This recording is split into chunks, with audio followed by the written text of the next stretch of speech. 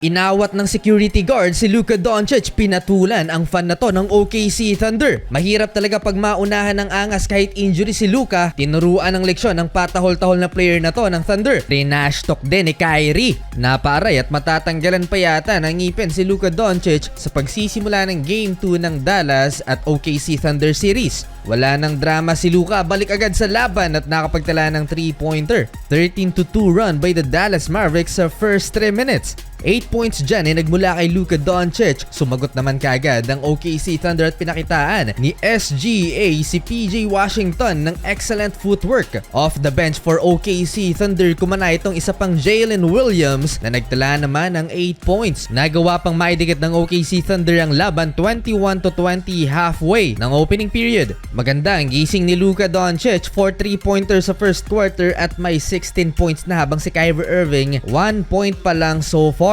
Last 2 minutes, nahabol ng OKC Thunder ang 10-point lead ng Dallas Mavericks. At crazy finish pa ang nangyari sa pagtatapos ng opening frame dahil last 1.4 second, Chet Holmgren na ipasok ang buzzer beater long 2-pointer na to mula sa inbound pass sa kabilang court.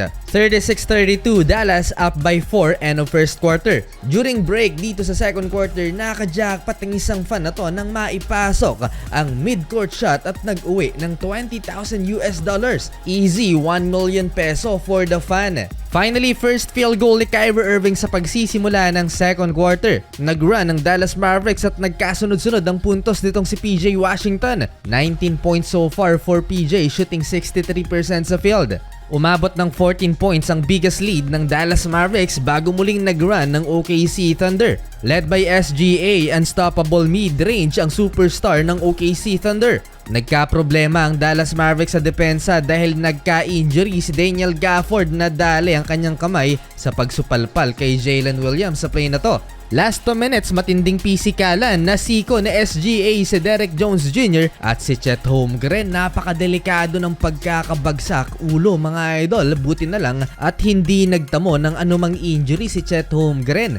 To close out the first half, X-Factor pa si Josh Green off the bench. 68-62 halftime, Dallas up by 6 points. Napasuntok sa seg si Luka Doncic. 2 points lang sa quarter na to mga idol ang superstar ng Mavericks.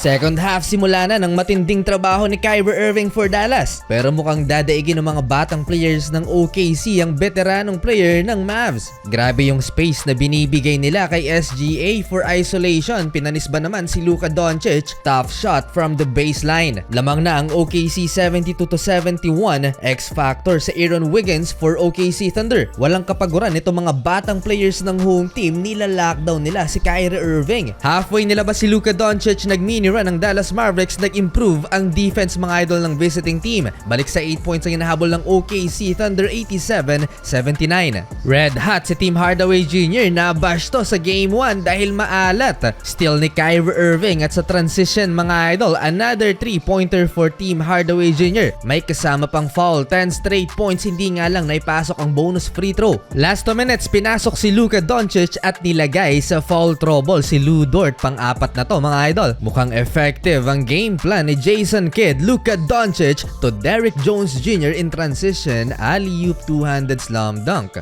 Natapos ang third quarter, hawak ng Dallas Mavericks ang momentum 99-89. Fourth quarter, bumalik ang energy ng mga batang players ng Oklahoma. Jalen Williams, monster follow-up dunk at may patahol-tahol pa mga idol. Masyadong maaga pa para mag-celebrate. Luka Doncic na apakan yata ni Lu Dort sa play na to, iika-ika pero walang timeout at tuloy lang sa paglalaro si Doncic hanggang sa naipasok ang 3-pointer na to. Grabe itong si Luka Doncic, pinagpagla ang injury, buhat mo down the stretch. Di pa gaanong nagpaparamdam dito sa fourth quarter si Shai Gilgeous-Alexander habang si Luka pinapahiya ang best one-on-one defender ng home team. Hindi na nakatiis pa si Luka Doncic at pinatulan ang fan na to ng OKC Thunder. Inawat pa ng security guard at ni Scott Foster si Luka. Tuluyang nag-collapse mga idol ang defense ng Oklahoma City Thunder down the stretch. Natulog si SGA, easy dunk for PJ Washington. And last 2 minutes, Tim Hardaway Jr. sa harap ng OKC bench, dagger 3-pointer. 11-point lead by Dallas at hindi na nahabol pa yan ng home team. 1-1 ang series mga idol.